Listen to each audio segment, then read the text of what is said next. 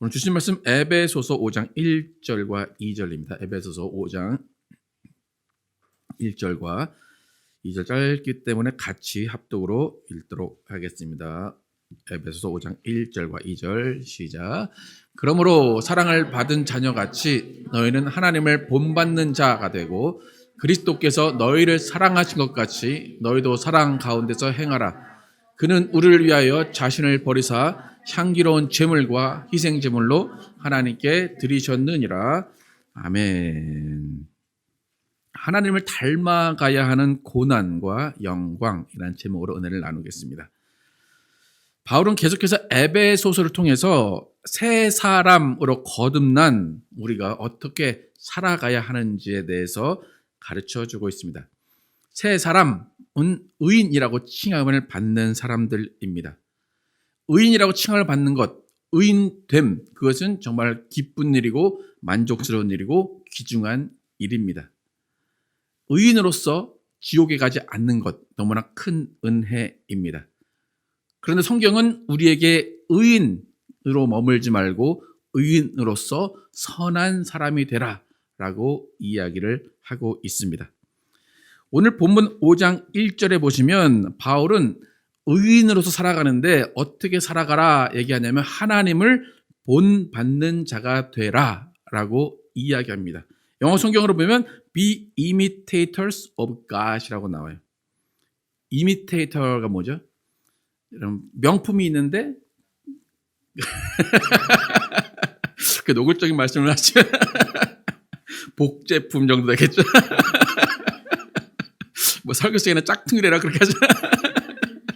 그럴 수는 없잖아요. 복제품이 되라. 예.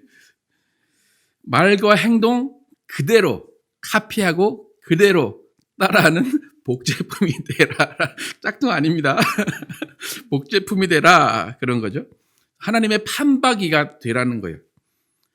우리는 가정에서 아이가 태어나면 가르치지도 않았는데 부모의 행동, 부모의 말을 따라하는 것을 보게 됩니다.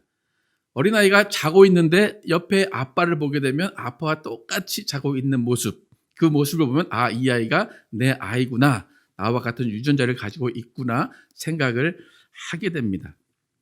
또 부모가 운동을 잘하면 그 아이 중에 어떤 아이는 또 그와 같이 운동을 잘하게 되고 또 잘생기고 이쁜 엄마와 아이 사이에서는 어떤 아이가 나옵니까? 잘생기고 이쁜 아이가 나옵니다. 그러니까 우리가 닮는다는 것은 노력하는 게 아닙니다. 닮는다는 것은 인위적인 게 아니라 자연스럽게 되는 것을 닮는다라고 이야기합니다. 그런데 성경에서 오늘도 바울이 얘기하지만 우리는 하나님을 닮았다라고 이야기합니까? 닮아가라라고 이야기합니까? 그죠? 닮았다가 아니라 본받아라, 닮아가라라고 이야기를 합니다. 하나님이 우리를 의인 삼아 주시고 그 다음에 우리에게 하나님을 본받아라, 하나님을 닮아가라라고 말씀하십니다. 그 말은 절대로 저절로 우리는 하나님을 본받게 되지 않는다는 겁니다. 저절로 닮아가지 않는다는 겁니다. 시간이 지나면 닮아지겠지, 시간이 지나면 하나님을 본받겠지, 절대 시간이 해결할 일이 아닙니다. 우린 분명히 하나님의 형상을 따라 지어졌어요. 겉모습은 예수 그리스도를 통해서 예수님의 형상, 아들의 형상으로 지어졌다는 것은 다 증명이 됐어요.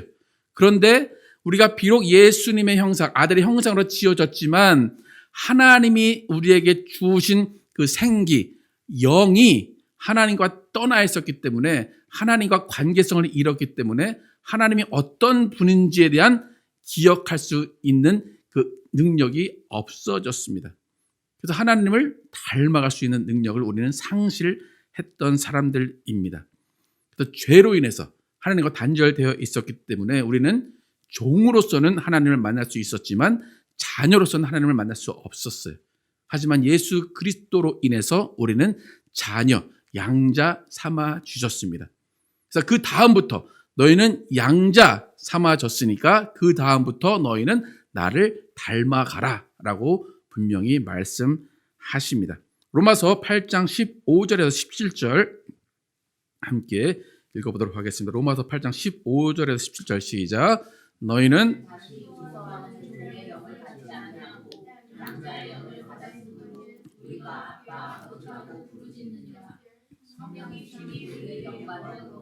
우리가 하나님의 자녀인 것을 증언하시나니 자녀이면 또한 상속자 곧 하나님의 상속자요 그리스도와 함께한 상속자니 우리가 그와 함께 영광을 받기 위하여 고난도 함께 받아야 할 것이니라. 분명히 여기서 15절에서 양자의 영을 받았다. 그래서 16절에는 우리가 하나님의 자녀인 것이 증거되었다. 17절에는 하나님의 영광을 받기 위해서 고난도 함께 받아야 된다. 그렇게 이야기를 합니다. 성경이 우리에게 무엇을 요구하는지를 잘 봐야 돼요. 하나님께서 피조물에 불과했던 우리에게 양자의 영을 주셨습니다. 그리고 자녀 삼으셨습니다. 예수님이 성경 가운데 어떻게 말씀하시냐면 우리의 아비는 마귀였다. 예수님이 직접 말씀하셨어요.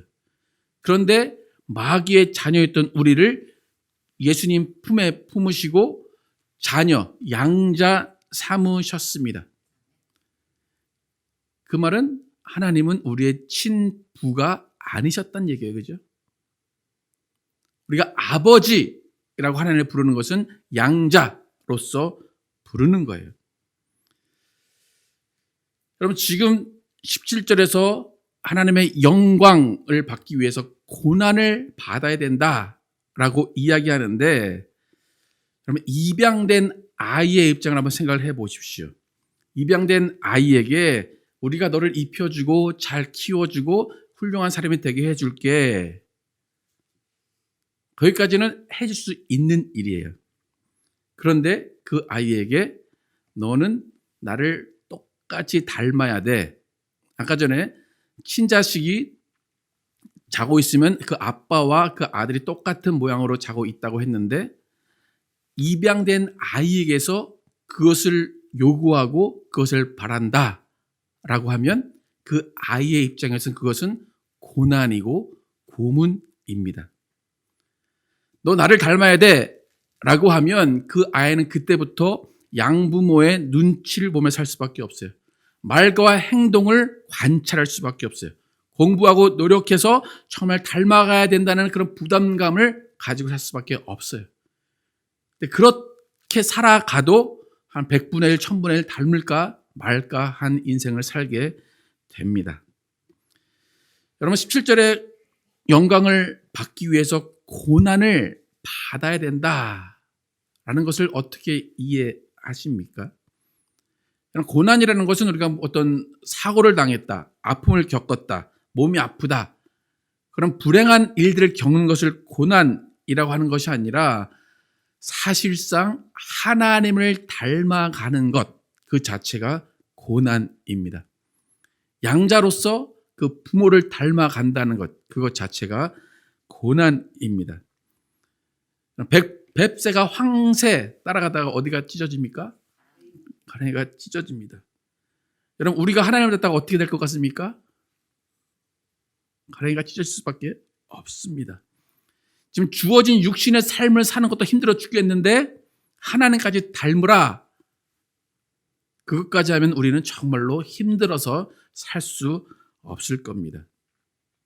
이렇게 힘든 일을 성경이 요구하고 있기 때문에 우리는 그냥 하나님을 닮아가야 된다라고 얘기하지 아니하고 하나님을 닮았다라고 그냥 정의를 내려버리는 경우가 많이 있습니다. 하나님 나는 의인이니까 기도만 할게요. 하나님 나는 의인이니까 성경만 많이 볼게요. 하나님 닮으라는 말을 하지 마세요. 그래요. 하나님 내가 의인으로서 전도 많이 할게요. 여러분 전도 많이 하면 하나님 닮은 사람 됩니까? 어떻게 생각하십니까? 여러분 잘 생각해 보세요. 여러분 헌금 많이 하면 하나님 닮은 선한 사람 됩니까?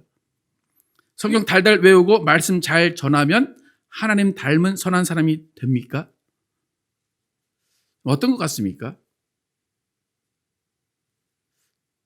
될 것 같기도 하고 안 될 것 같기도 하고 그렇습니까?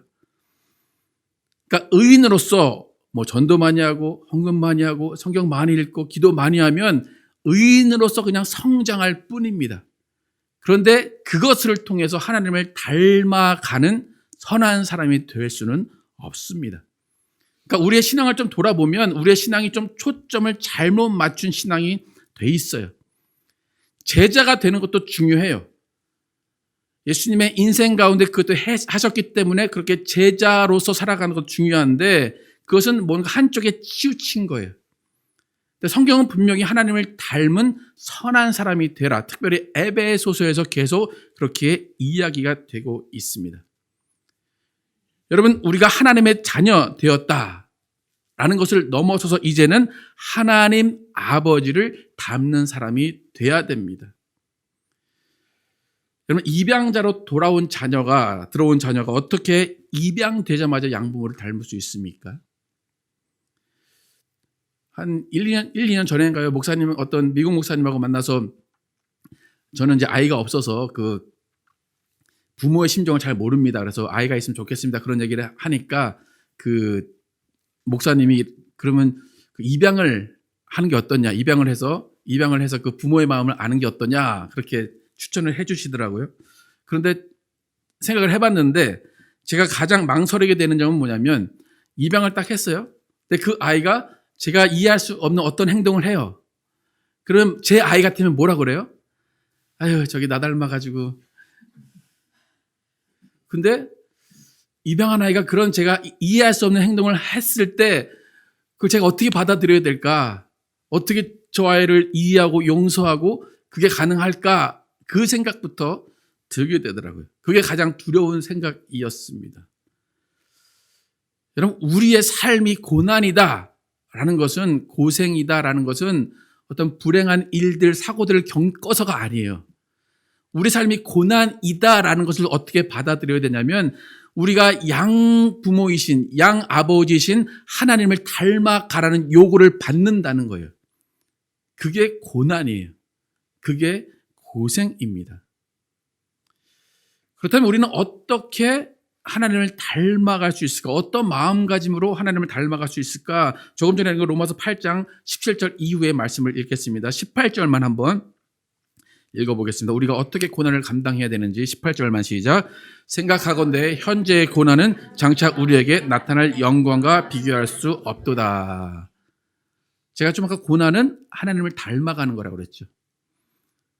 아까 바울도 하나님의 영광에 이르기 위해서 고난을 감당해라. 하나님의 영광이라는 것은 우리가 하나님의 자녀로 하나님 앞에 서는 거예요.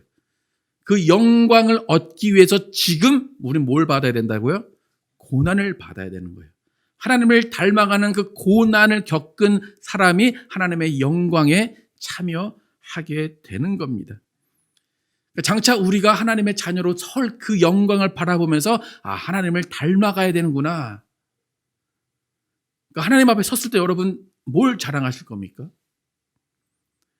나 하나님 닮아갔어요. 그거를 자랑하는 겁니다. 마라톤 주자가 41.19km를 완주하는 그 힘은 어디서 납니까? 완주하고 나서 얻는 그 기쁨으로 그 모든 과정을 이해하고 견뎌냅니다. 장차 우리에게 있을 영광을 소망하면서 하나님을 닮아가려고 하는 과정 가운데 넘어지고 실패하고 낙심하면서 탄식하고 고뇌하는 인생이 지금 우리가 살고 있는 인생입니다. 19절부터 23절까지 읽어보겠습니다. 시작. 피조물이 고대하는 바는 하나님의 아들들이 나타나는 것이니 피조물이 허무한데 굴복하는 것은 자기 뜻이 아니요 오직 굴복하게 하시는 이로 말미암음이라. 이 바라는 것은 피조물도 썩어짐의 종노릇한 데서 해방되어 하나님의 자녀들의 영광의 자유에 이르는 것이니라. 피조물이 다 이제까지 함께 탄식하며 함께 고통을 겪고 있는 것을 우리가 아느니라. 그뿐 아니라 또한 우리 곧 성령의 처음 익은 열매를 받은 우리까지도 속으로 탄식하여 양자 될 것 곧 우리 몸의 속량을 기다리느니라. 이 땅에서 우리의 삶은 피조물이 하나님을 닮아가려는 고난과 탄식의 연속이라고 이야기합니다. 근데 여기서 생소한 개념이 있어요. 23절 보면 그뿐 아니라 또한 우리 곧 성령의 처음 익은 열매를 받은 우리까지도 속으로 탄식하여 양자 될 것, 곧 우리 몸의 속량을 기다리느니라.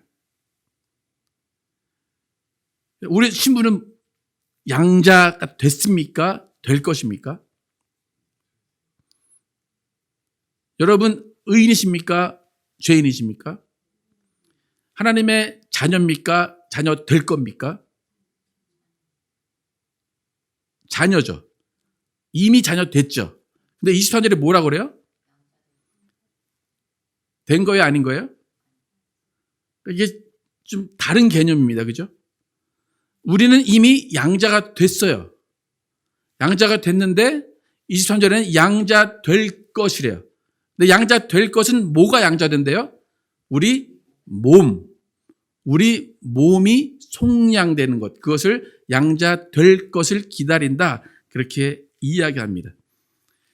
그러니까 성령의 처음 익은 열매를 받은 우리는 구원받았다는 얘기, 영원히 구원받았다는 얘기, 영원히 구원받은 우리가 양자 될 것, 몸의 속량, 그것은 뭐냐면 몸이 부활하는 거예요.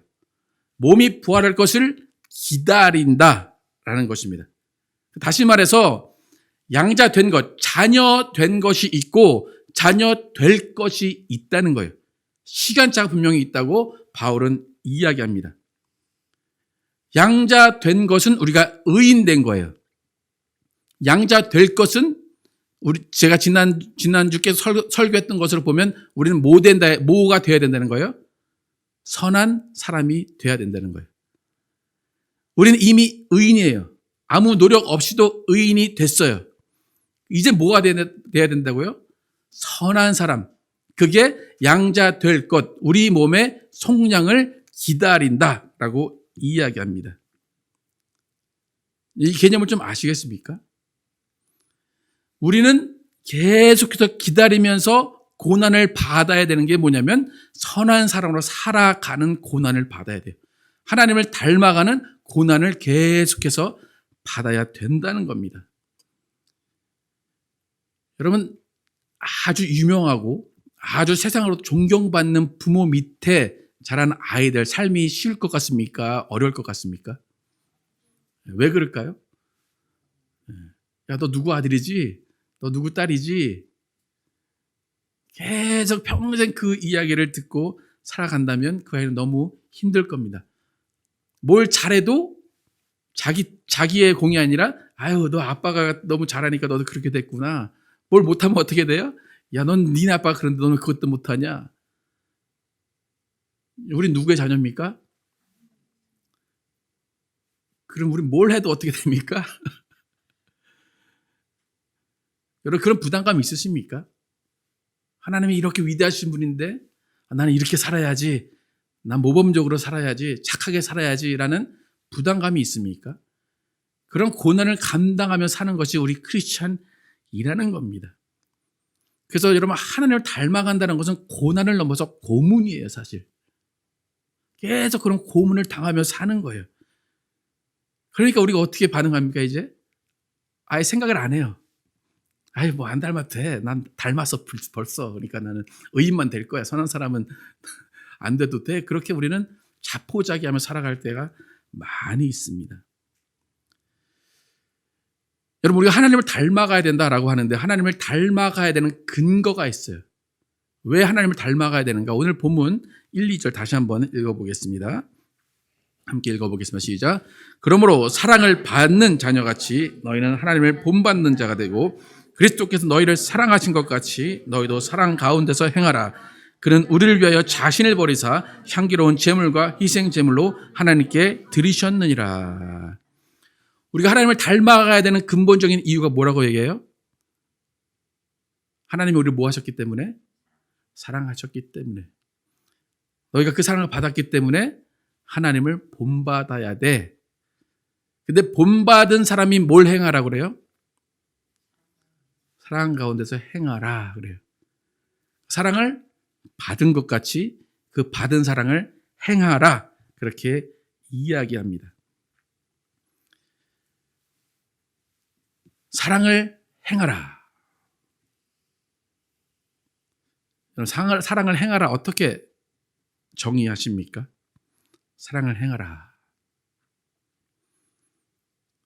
사랑을 행하라. 우리가 사랑을 정의할 때 눈에 콩깍지가 씌어서 알콩달콩 달콤한 사랑을 나누는 것을 우리는 이야기합니다. 상대방을 좋아하는 감정을 사랑이라고 정의를 합니다. 여러분 그 사랑 잘 하고 계십니까, 여러분? 아직 남편 보면 알콩달콩 가슴이 쿵쿵 뛰고 하트가 뿅뿅 나고 어이없어요? 우리는 사랑을 그렇게 정의하긴 하지만 나는 그렇게 살지 못해요. 사랑이 그렇다라고 정의하지만 나는 정작 그런 마음이 없습니다. 여러분이 성경에서 말하는 사랑을 잘 알아야 돼요. 성경에 지금 너희는 사랑 가운데 행하라고 하는데 그 사랑 가운데라고 말하는 것은 우리 모두가 지금 아까 말씀드린 대로 고문을 당하며 살고 있어요. 지금 하나님을 닮아가야 하는 고난 가운데 살고 있어요. 그 가운데 옆에 사람을 보면서 사랑하라 그래요. 그럼 그 사랑은 뭘 것 같습니까? 서로를 위로해주고 야 너도 힘든 인생을 사는구나 이해해주고 너도 안 되는구나 그렇게 살아가는 것이 사랑을 행하라는 거예요. 안 되는 것을 보고 위로하고 안 되는 것을 보고 서로 격려하는 것이 사랑이에요. 그러니까 알콩달콩 가슴 쿵쿵 좋아하는 게 사랑이 아니란 얘기예요. 여러분 고린도전서 13장을 우리는 사랑장이라고 잘 알고 있죠. 사랑장에서 사랑이 어떻게 정의가 되는지 한번 보겠습니다. 함께 4절부터 7절 함께 읽겠습니다. 시작. 사랑은 오래 참고 사랑은 온유하며 시기하지 아니하며 사랑은 자랑하지 아니하며 교만하지 아니하며 무례히 행치 아니하며 자기의 유익을 구하지 아니하며 성내지 아니하며 악한 것을 생각하지 아니하며 불의를 기뻐하지 아니하며 진리와 함께 기뻐하고 모든 것을 참으며 모든 것을 믿으며 모든 것을 바라며 모든 것을 견디느니라. 이게 사랑의 정의입니다. 성경에서 말하는. 근데 기독교인들이 사랑이라고 생각할 때 사랑을 잘못 정의하는 경우가 많아요. 그래서 부담감을 느껴요. 아, 사랑은 상대방을 좋아해야 돼. 상대방에게 잘해줘야 돼. 상대방에게 따뜻한 감정으로 대해줘야 돼. 항상 웃음꽃이 피어나야 되고 항상 애달토록 보고 싶어야 그게 사랑이야 라고 정의를 잘못하고 있어요. 그럼 지금 우리가 보고 있는 고린도전서 13장 4절에서 7절 가운데 사랑은 누구를 좋아하는 거야? 사랑은 누구를 감싸주는 거야? 사랑은 누구를 애달토록 보고 싶어하는 거야? 라고 써져 있습니까? 남에게 잘해주라라고 한 구절도 써져 있습니까? 다시 한번 잘 읽어보세요. 제가 빨간 걸로 뭐만 쳐놨습니까? 아니하며 not. 그러니까 사랑을 성경에서 정의할 때 하라, 이거 해라 라고 정의한 게 아니라 뭐 하라고 정의한 거예요? 하지 마라.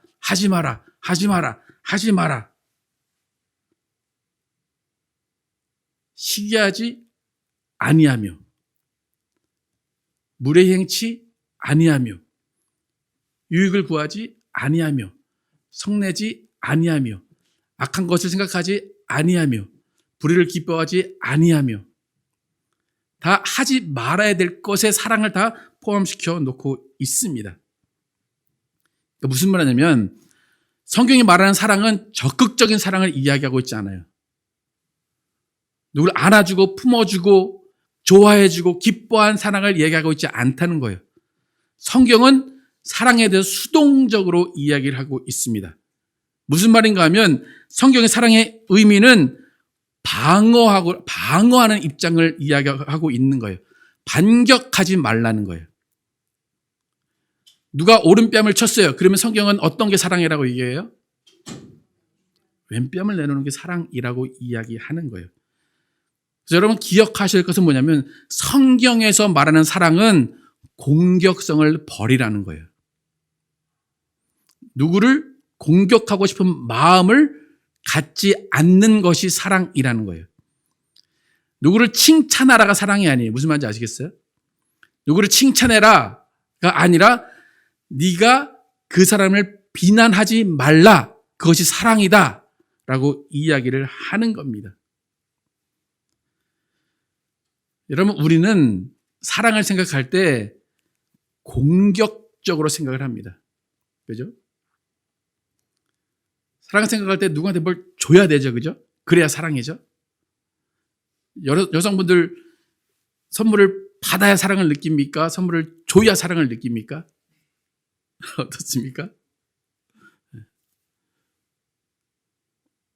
어떻습니까? 다 다르죠? 우리의 사랑에 대해서 성경은 어떻게 말하냐면 수비하라고 말해요. 수비수라고 말해요. 골키퍼라고 말해요.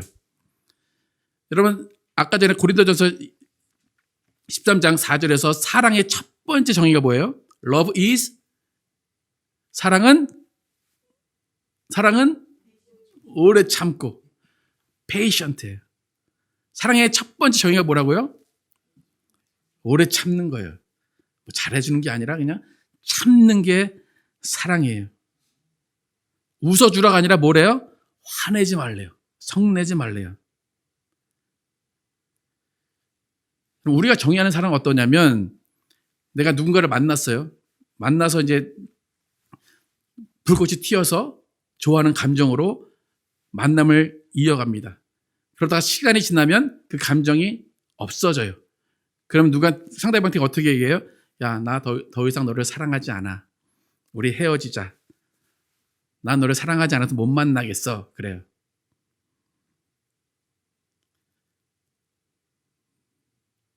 맞는 말입니까? 여러분 젊었을 때 다 그렇게 얘기했죠, 그죠? 야, 우리 헤어져. 난 널 사랑하지 않아. 근데 그것은 뭐냐면 좋아하는 감정이 사라졌다는 거예요. 그래서 좋아하는 감정이 사라진 그 다음에 시작되는 게 사랑이에요. 좋아하는 감정이 없어져서 그 다음부터 뭐 해야 돼요? 참아야 돼요.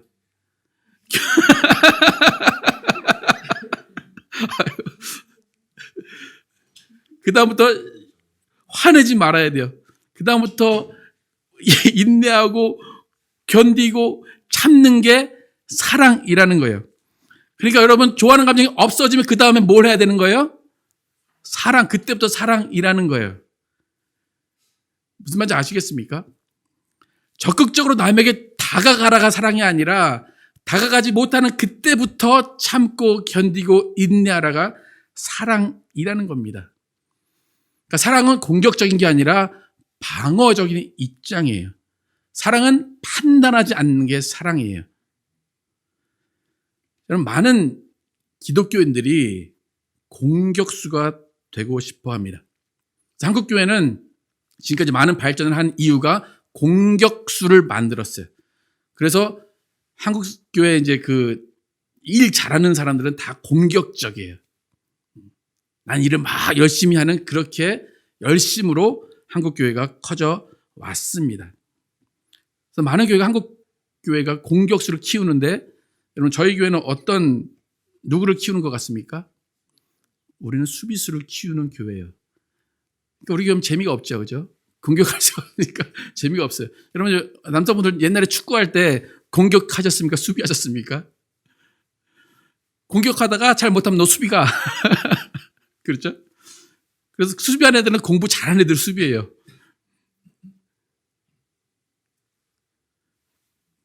우리는 공격수가 되기를 바라는 경우가 많이 있어요.